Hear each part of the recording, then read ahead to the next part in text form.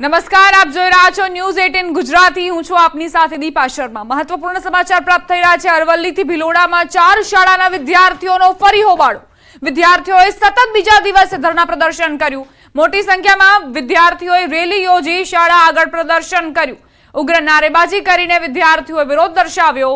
મઉ ટાંડાના ધોરણ 12ના વિદ્યાર્થીના આપઘાતને લઈ વિદ્યાર્થીઓમાં રોષ જોવા મળી રહ્યો છે। શિક્ષકની હેરાનગતિથી આપઘાતનો વિદ્યાર્થીઓનો આરોપ। શિક્ષક કેડી ભુદરા સામે તપાસની વિદ્યાર્થીઓની માંગ। 3 દિવસ પહેલા ભવનાથ મંદિર પાસે ડેમમાંથી વિદ્યાર્થીનો મૃતદેહ મળ્યો હતો અને હવે વિદ્યાર્થીઓ વિરોધ દર્શાવી રહ્યા છે। મઉ ટાંડાના વિદ્યાર્થીએ આપઘાત કર્યો।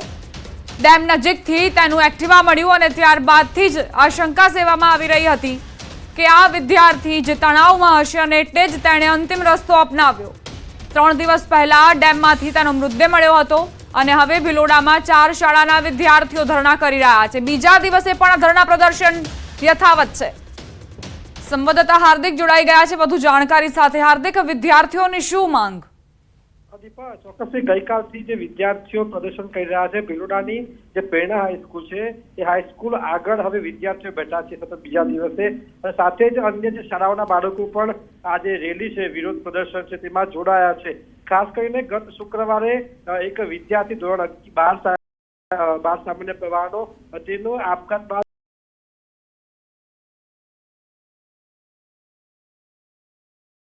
કરવામાં આવે તેવી શાળા આચાર્ય પાસે માંગણી કરવામાં આવી રહી છે। અને હાલ વિદ્યાર્થીઓ બેનર બનાવી અને જસ્ટિસ ફોર સ્ટુડન્ટ માટે હાલ રેલી કરી રહ્યા છે અને પ્રદર્શન કરી રહ્યા છે।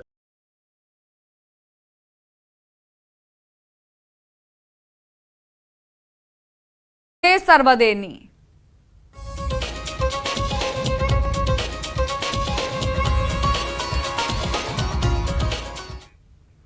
નર્મદા ડેમ સિઝનમાં પ્રથમવાર 100% ભરાયો।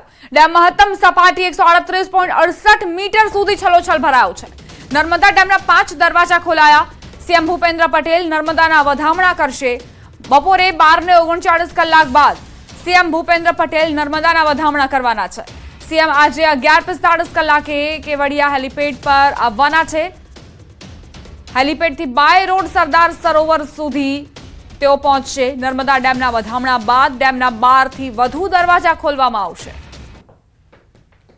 તો 100% ડેમ છલોછલ ભરાઈ ગયો છે। 138.68 મીટરની સપાટી જે સુધી ડેમની સપાટી હવે પહોંચી ગઈ છે।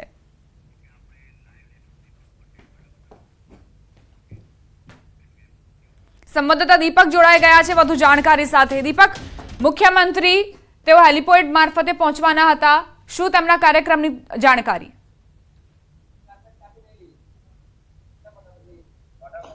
બિલકુલ, ખાસ વાત કરીએ દીપા તો જે સરદાર સરોવર નર્મદા ડેમ છે જે સિઝનમાં પ્રથમવાર જેને મહત્તમ સપાટી પાર કર્યો છે અને 100% નર્મદા ડેમ છે જે ભરાઈ ચૂક્યો છે।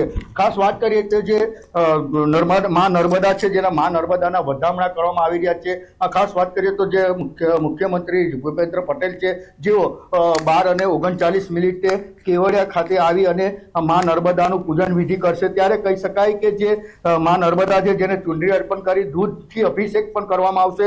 અને વાત કરીએ તો જે બ્રાહ્મણો છે બ્રાહ્મણો દ્વારા વિધિવત રીતે આ જે મા નર્મદાનું જે વધામણા છે તે કરવામાં આવી રહ્યા છે। આ ખાસ નર્મદા ડેમની બીજા દ્રષ્ટા તમને બતાવીશ કે જે દુલ્હનની જેમ સજાવી દેવામાં આવ્યો છે અને આ નર્મદા ડેમને આજે 1 ઓક્ટોબર 2024ના રોજ વધામણા કરવામાં આવે છે। એટલે કહી શકાય કે જે ટૂંક જ સમયમાં હવે મુખ્યમંત્રી ભૂપેન્દ્ર પટેલ અહીં આવી પહોંચશે અને આવ્યા બાદ જેઓ બ્રાહ્મણો દ્વારા વિધિવત રીતે મા નર્મદાના વધામણા કરશે। નર્મદાના વધામણા કર્યા બાદ ખાસ વાત કરીએ તો જે નર્મદા ડેમ છે જે છલોછલ છે એ છલોછલ થઈ જશે અને જે 10 થી 12 દરવાજા જે છે એમને ખોલવામાં આવશે। આ દરવાજા ખોલાતા લગભગ 40 થી 50 હજાર જેટલું ક્યુસેક પાણી નર્મદા નદીમાં વહે છે, જેને લઈ નર્મદા, ભરૂચ અને વડોદરાના 42 જેટલા જે ગામો છે જેમને હાલ એલર્ટ પર આપવામાં આવ્યા છે। એટલે કહી શકાય કે જે ભૂપેન્દ્ર પટેલ છે જે વધામણા કર્યા બાદ નર્મદા ડેમના ગેટ ખોલાશે। પરંતુ ચાલુ વર્ષે સિઝનમાં પ્રથમવાર નર્મદા મૈયા જે છે એ નર્મદા મૈયાના 4 કરોડ નર્મદા ડેમ છે 100% ભરાતા એક ખુશીના સમાચાર પણ કહી શકાય કે આવનારા દિવસોમાં હવે ગુજરાત માટે 2 વર્ષ સુધી પીવા અને સિંચાઈનું પાણી આપવામાં નર્મદા ડેમ સક્ષમ થઈ ચૂક્યો છે। જી દીપક, આભાર તમારો જાણકારી આપવા માટે. આગળ પણ તમારી પાસેથી અપડેટ્સ લેતા રહીશું. તો મુખ્યમંત્રી આવી પહોંચશે થોડી જ વારમાં અને ત્યારબાદ નર્મદા નીરના વધામણા કરવામાં આવશે અને આવનાર 2 વર્ષ સુધી પાણીનો અને સિંચાઈનો પ્રશ્ન ગુજરાતને તો નહીં જ નડે. અમરેલી ખાંભા ગીર પંથકમાં ભારે વરસાદના પગલે રાયડી ડેમ છલકાયો. રાયડી ડેમના 2 દરવાજા 1-1 ફૂટ ખોલવામાં આવ્યા. નાના બારમણ, મોટા બારમણ, ચોતરા, મીઠાપુર, નાગેશ્રીને એલર્ટ કરાયા. ડેડાણ, ત્રાકુડા, ભૂંડડી, મોટા બારમણ સહિતના ગામોમાં વરસાદ ખાબક્યો. સતત બીજા દિવસે વરસાદથી ખાંભાનો રાયડી ડેમ છલકાયો છે. વડોદરાવાસીઓ માટે રાહતના સમાચાર પ્રાપ્ત થઈ રહ્યા છે. વિશ્વામિત્રી નદીના જળસ્તરમાં ઘટાડો નોંધાયો. નીચાણવાળા વિસ્તારોમાંથી પાણી ઓસર્યા. પાણી ઓસરતા જ પરિવારો પોતાના ઘરે પરત ફર્યા છે. 52 અસરગ્રસ્ત લોકો જે પોતાને ઘરે પરત ફર્યા. 202 થી વધુ લોકોનું સુરક્ષિત સ્થળે સ્થળાંતર કરવામાં આવ્યું હતું અને એક બાદ એક કરીને લોકો હવે પોતાના ઘર સુધી જઈ રહ્યા છે.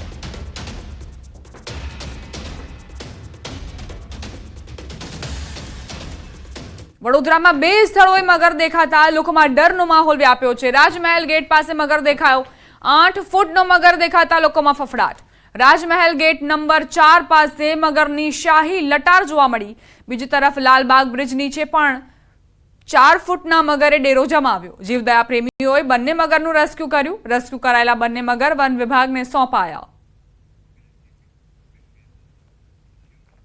અમરેલીના રાજુલા જાફરાબાદમાં વધી સિંહની અવરજવર. ભાવનગર સોમનાથ નેશનલ હાઈવે પર રાત્રે 2 સિંહની લટાર જોવા મળી. કાગવદર ગામ નજીક રસ્તા પર સિંહને જોઈ થંભી ગયા વાહનો. રહેણાંક વિસ્તારમાં પણ સિંહના આંટાફેરા વધ્યા. રાજુલાના કોટડી ગામમાં રસ્તા પર સિંહ આંટાફેરા મારતા કેમેરામાં કેદ થયા.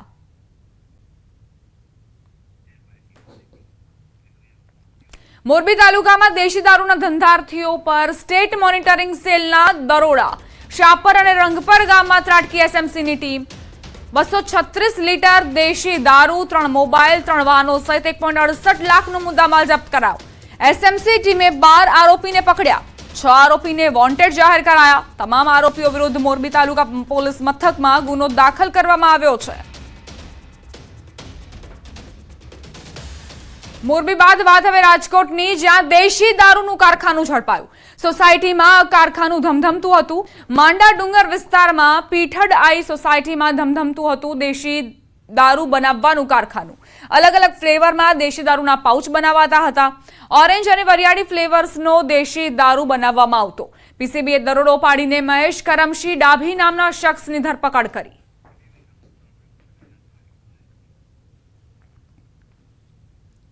બે અલગ અલગ તસવીરો જુઓ. દેશી દારૂ વેચનારા પર તવાઈ બોલાવવામાં આવી. મોરબીમાં અને રાજકોટમાં તો એક ફેક્ટરી ચાલી રહી હતી, કારખાનું ચાલી રહ્યું હતું, જે અલગ અલગ ફ્લેવરના દેશી દારૂના પાઉચ બનાવાતા હતા.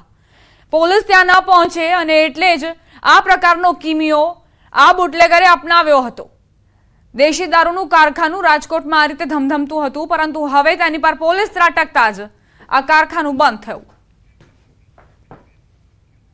ધસમસતા નદીના પ્રવાહમાં ગાયનું રેસ્ક્યુ કરાયું. ગીર ગઢડાના નાના સમઢિયાળા ગામની માલણ નદીના પૂરમાં ગાય તણાઈ હતી, જે ગામના યુવાનોના ધ્યાને જતા મોડી રાત્રે રેસ્ક્યુ કરાયું.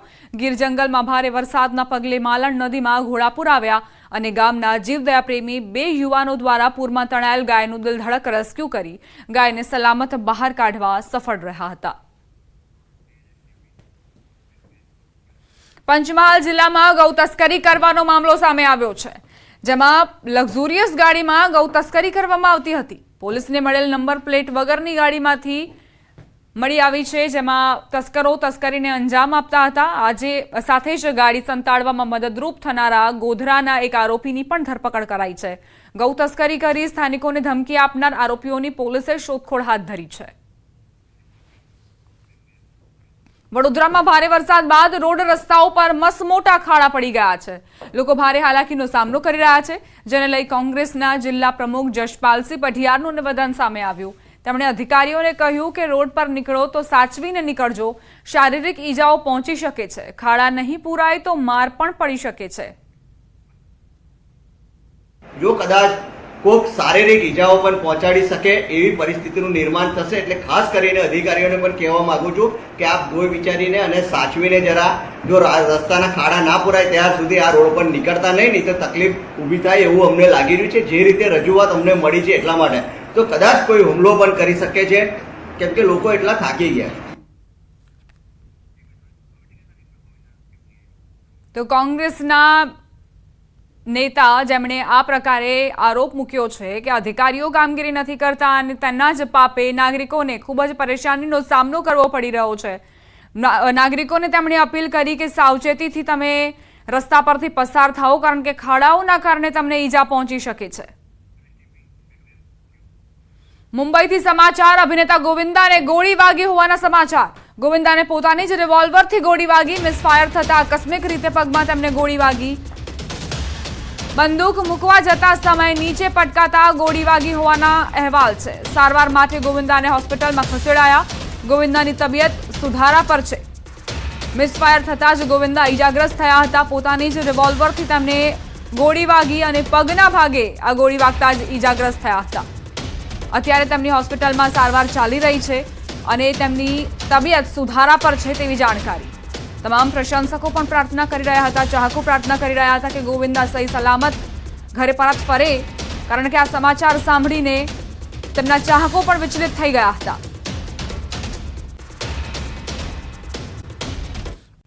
અમદાવાદ શહેરના પૂર્વમાં આવેલી એક શાળામાં વિદ્યાર્થીને માર મારવાની ઘટના સામે આવી. વિદ્યાર્થીને માર મારતો શિક્ષક સીસીટીવી કેમેરામાં કેદ થયો. વટવામાં આવેલી સ્કૂલમાં વિદ્યાર્થીને બેરહેમીપૂર્વક માર મારવામાં આવ્યો. વિદ્યાર્થીને વાળ પકડીને દિવાલ સાથે માથું પછાડ્યું.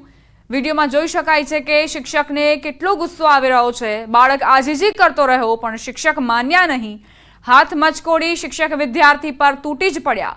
શિક્ષકે 5 થી 6 સેકન્ડમાં 10 થપ્પડો ઝીકી દીધી. ભલભલાને હચમચાવી નાખે તેવો આ વિડીયો જે વાયરલ થયો છે. ડીઈઓએ પણ તેની નોંધ લીધી. અમદાવાદ ડીઈઓએ 2 શાળાઓ પાસે ખુલાસો માંગ્યો. વટવાની માધવ પબ્લિક સ્કૂલ અને હાથીજણની ડિવાઇન ગુરુકુળ પાસે ખુલાસો માંગ્યો. પોલીસે ફરિયાદ નોંધી તપાસ શરૂ કરી છે. અમદાવાદમાં વધુ એક તોડફોડની ઘટના બની. શાહપુરમાં તોડફોડની ઘટના સીસીટીવીમાં કેદ થઈ. શાહપુરમાં કેટલાક લોકોએ તલવાર લઈને ધમકી આપી જેમાં પોલીસે ફરિયાદ દાખલ કરી છે. યજમાન વૃત્તિની હદ મામલે આ બબાલ થઈ હોવાની જાણકારી.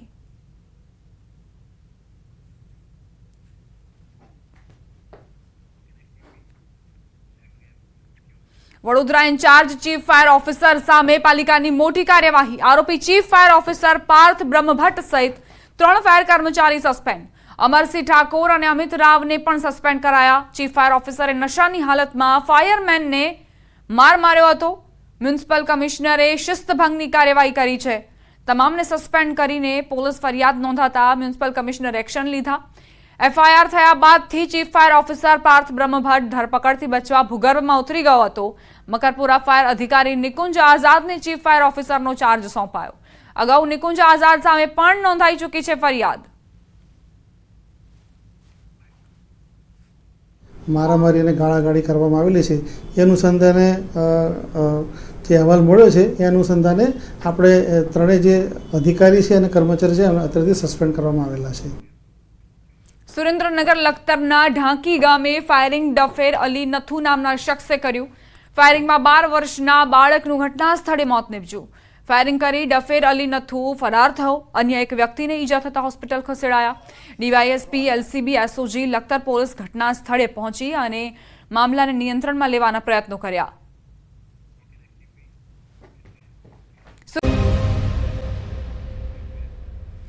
Welcome back. તાપીના જયસિંહપુરા ગામને ગ્રામ અસ્મિતા એવોર્ડ મળ્યો છે. ધારાસભ્ય મોહન કોંકણીના હસ્તે 1,25,000નો ચેક મળ્યો. પરંતુ હાલ આ ગામ એવોર્ડના કારણે ચર્ચાનો વિષય બન્યો છે. કારણ કે દીવા તળે અંધારાની જેમ ગામની પંચાયત ઓફિસમાં રિયાલિટી ચેક કરાયું તો ગ્રામ પંચાયતના કેમ્પસમાં ઠેર ઠેર ઘાસચારો ઉગી નીકળેલું જોવા મળે છે. સ્વચ્છતાનો અભાવ છે. ગામના લોકોનો આરોપ છે કે ગામના રસ્તા બિસ્માર હાલતમાં છે. રસ્તો મંજૂર થયા છતાં હજી નથી બન્યા. આ તરફ ગ્રામ પંચાયતના કારોબારી સભ્યને તો ખબર જ નથી કે એવોર્ડ શાના માટે મળ્યો છે. તો શું ગામ લોકોને ખબર હશે કે આ એવોર્ડ શાના માટે મળ્યો છે? એવોર્ડનું ઇનામ વિકાસ કાર્યોમાં વપરાશે કે કેમ તે પણ એક સવાલ છે. પરંતુ અહીં મોટો સવાલ એ છે કે એવોર્ડ શાના માટે અપાયો છે? અધૂરા કામ માટે કે તંત્રની બેદરકારી માટે? હાલ તો એવોર્ડની ચર્ચા ચારેકોર થઈ રહી છે. એવોર્ડ આપવામાં આવ્યો એ તો મને તો ખબર જ નથી. શાનો એવોર્ડ આવ્યો, શું છે, પૂરી માહિતી મારા પાસે છે જ નથી. પંચાયતમાં તો કારોબારી સભ્ય છું, પણ તે 2 વર્ષથી કોઈ કારોબારીમાં મને બોલાવતાય નથી. કોઈ મિટિંગમાં ચર્ચા કરવા માગતા નથી. મારા ગામના રસ્તા 1 વર્ષથી મંજૂર થયેલા તે હજુ થયો નથી. એટલા માટે મેં એપ્લિકેશન મામલતદાર સાહેબને આપેલું. મામલતદાર સાહેબે મને 25 તારીખે મિટિંગમાં બોલાવી. એમણે કીધું કે તમારો રસ્તો વળપટ તૈયાર થઈ ગયો છે અને એ રસ્તો વરસાદ બંધ થતાં શરૂ થશે એવું ત્યાંથી કહેવામાં આવ્યું છે. તાપીના વ્યારા તાલુકાના જયસિંહપુર ગામને વ્યારા તાલુકા કક્ષાનો ગ્રામ અસ્મિતા એવોર્ડ આપવામાં આવ્યો છે અને ધારાસભ્ય મોહન કોકણી દ્વારા આ ગ્રામ પંચાયતને 1,25,000નો ચેક આપવામાં આવ્યો છે. ત્યારે ન્યૂઝ 18ની ટીમ દ્વારા ગ્રામ પંચાયતની વિઝિટ લેવામાં આવી શકી છે. જોઈ શકો છો આપ દ્રશ્યમાં કે આ ગ્રામ પંચાયતના કમ્પાઉન્ડમાં જે પાણીની ટાંકી જે હાલ તો જર્જરિત અવસ્થામાં જોઈ શકાય છે. આ ઉપરાંત પંચાયતના કમ્પાઉન્ડમાં ઠેર ઠેર ઘાસચારો ઉગી નીકળેલો છે. ત્યારે અહીં બેસવું પણ આ કમ્પાઉન્ડમાં અને હરવું ફરવું પણ મુશ્કેલ હોય તેવું દેખાઈ રહ્યું છે. અને કહેવાય છે કે આ પંચાયત ઘર જે છેલ્લા 3-1 વર્ષથી જર્જરિત અવસ્થામાં છે અને માંગણીઓ છતાં પણ આ પંચાયત ઘર જે નવું બને એ માટે તંત્રએ કોઈ તસદી લીધી નથી.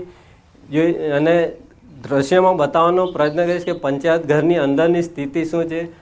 જોઈ શકો છો કે અહીં પંચાયત ઘરમાં એક ટેબલ ખુરશી છે એ પણ વેરવિખેર પરિસ્થિતિમાં જોઈ શકાય છે અને જર્જરિત હોવાથી અહીં પાણી પણ ટપકતું જોઈ શકાય છે. અને ખાસ કરીને જે પંચાયત ઘરમાં જ એક આરો પ્લાન્ટ પણ એકદમ ધૂળ ખાય એવી સ્થિતિમાં મૂકી રાખવામાં આવ્યો છે. ત્યારે ખાસ કરીને તંત્ર દ્વારા આ ગ્રામ પંચાયતને જે ગ્રામ અસ્મિતા એવોર્ડ આપવામાં આવ્યો છે એ કયા ધારાધોરણ જોઈને આપવામાં આવ્યો છે તેની પણ ખાસ તો તસ્દી લેવી તંત્રએ રહી. હેમંત ગામિત, ન્યૂઝ 18 ગુજરાતી, તાપી. ગુજરાતના ખેડૂતોને લાભ પાંચમથી થશે લાભ. સરકાર ટેકાના ભાવે ખરીદશે મગફળી, મગ, અડદ, સોયાબીન. ગુજરાત સરકાર ફરી એકવાર ટેકાના ભાવે પાકની ખરીદી કરવાની છે. રાજ્ય સરકાર મગફળી, સોયાબીન, મગ, અડદની ટેકાના ભાવે ખરીદી કરશે તેવી જાહેરાત કરી છે. 3 ઓક્ટોબરથી 31 ઓક્ટોબર સુધી ખેડૂતો નોંધણી કરાવી શકશે. લાભ પાંચમ પછીના દિવસે રાજ્ય સરકાર ખરીદી શરૂ કરશે. 90 દિવસ સુધી ટેકાના ભાવે ખરીદી ચાલશે. આ વર્ષે રાજ્યમાં મગફળી, અડદ, મગ અને સોયાબીનના પાકોનું વિપુલ પ્રમાણમાં ઉત્પાદન થયું છે, જેથી રાજ્ય સરકારે આ 4 પાકોની ટેકાના ભાવે ખરીદી કરવાનો નિર્ણય લીધો છે. લાભ પાંચમ પછીના દિવસે રાજ્ય સરકાર ખેડૂતો પાસેથી ખરીદી કરશે. આ માટે ખેડૂતો રજીસ્ટ્રેશન કરાવી શકશે. રજીસ્ટ્રેશન નાફેડના ઈ સમૃદ્ધિ પોર્ટલ પરથી થશે.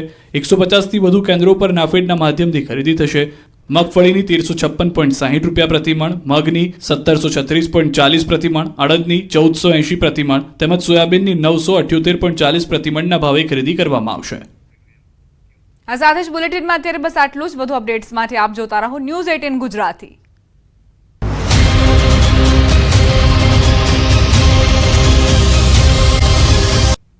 રાજ્ય પોલીસ વડા વિકાસ સાઈ અમદાવાદ નવી સીપી કચેરીની મુલાકાત લીધી હતી. 3 તારીખે કેન્દ્રીય ગૃહમંત્રી સીપી કચેરીનું ઉદ્ઘાટન કરશે. અગાઉ હર્ષ સંઘવીએ પણ તેની મુલાકાત લીધી હતી. વિકાસ સાઈએ સીપી ઓફિસની મુલાકાત લીધી, જે દરમિયાન પોલીસ કમિશનર GS મલિક સહિતના સિનિયર અધિકારીઓ હાજર રહ્યા.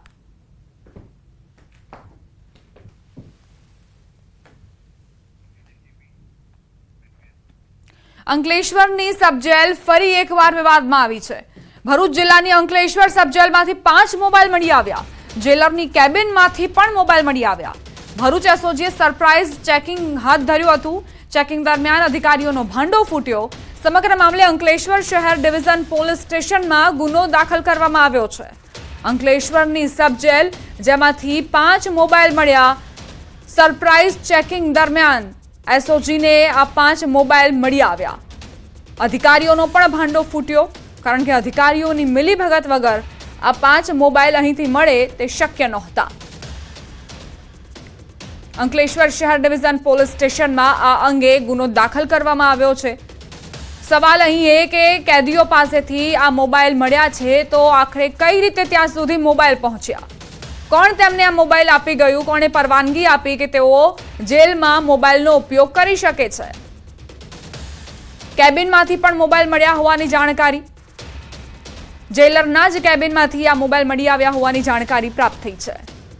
5 મોબાઈલ મળી આવ્યા છે. કારણ આખરે શું? સવાલો અનેક ઊભા થઈ રહ્યા છે અને કેદીઓ તેનો ઉપયોગ કયા હેતુથી કરતા હતા તે પણ જાણવું અહીં મહત્વનું. સંવાદદાતા ભાવિન જોડાઈ ગયા છે વધુ જાણકારી સાથે.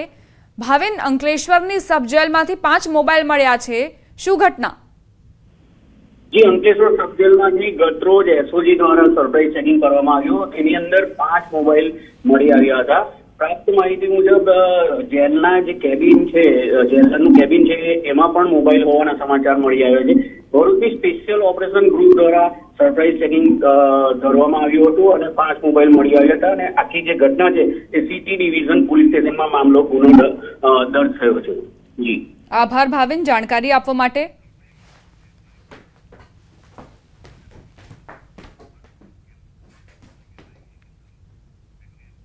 બુલેટિનમાં રોકાશે એક નાનકડા વિરામ માટે. આપ જોતા રહો ન્યૂઝ 18 ગુજરાતી.